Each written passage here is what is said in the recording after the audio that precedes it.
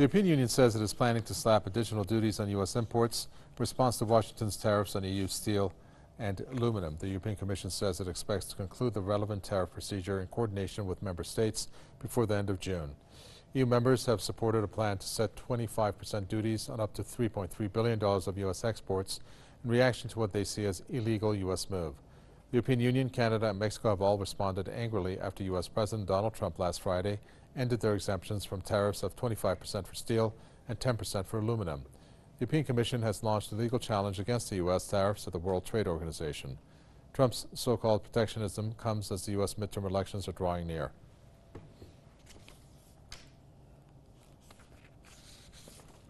Peter Koenig is a geographical analyst who joins us from Lima. So one of the aspects about this whole tariff that Trump and his team has slapped on EU in particular is the fact that this might translate into U.S. jobs being lost.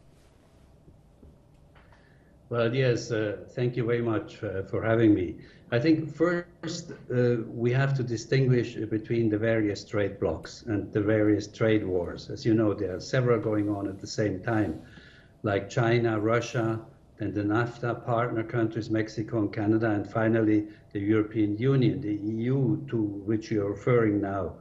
They're all different, but they have all another agenda, basically a background agenda.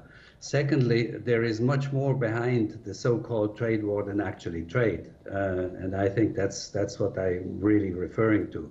The trade war, it's typical Trump style for public consumption and public debate, whereas in reality there are other negotiations going on behind closed doors. And thirdly, let's not forget, this is also propaganda for Trump himself. There are midterm elections coming up in the US this fall, and Trump must satisfy his own base. All the workers to whom he promised, let's make America great again, those who wait for jobs. As you know, the unofficial but real figure of unemployment in the US is much higher than the official one. It's about 22%. And that doesn't even talk about including the large segment of underemployed people. I think we have to see the big picture here. And Trump, or rather those who give him orders, may not see at all the risk that this complex multipolar tariff war implies. But for now, let's stick to Europe.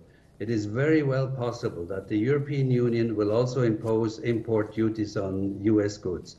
But if it stays that way, it is very likely that this so-called trade war with the US is pushing Europe even faster than is already happening towards the east, including Iran. The natural trading partner, Russia and China, and now also Iran, because Iran has joined actually that group. As I said, it's already happening. But again, the big picture in case of Europe, I believe, is Iran. With tariffs on steel and aluminum, quite sizable tariffs, European producers of these metals, they are the second largest producer after China, would hurt, probably.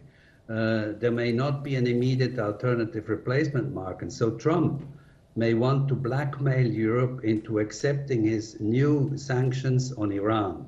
In other words, either tariffs or you follow my dictate, abandon the nuclear deal and impose sanctions. That, I think, is probably behind this blackmailing pressure. Frankly, I doubt very much that it will work, since the European Union, the corporations of the countries of the European Union have already signed billions worth of contracts with Iran. And on the other hand, Germany in particular is keen in renewing relations with Russia. So the US is almost being displaced on the backseat. And the new recent remarks, as you may have heard, of the new US ambassador in Germany, that he will support conservative and right-wing movements in Germany and Europe, really did not go down very well with Germans. Actually, there is a move on the way to ask the government, Merkel, to kick him out. Right. Of course, nobody really knows what Trump will eventually do. He is like a straw in the wind, and bending to whatever seems to be suiting him best at the moment. Remember, he already imposed at the beginning, some 2 months ago or so, 3 months ago, when he started with the tariff wars, he imposed tariffs on Europe too, and exactly the same tariffs on steel and aluminum. And then he lifted them, and now they're on again. So who knows what eventually will happen? But I do believe there's something else behind this tariff war. Thank you very much. Peter Koenig, geographical analyst there from Lima.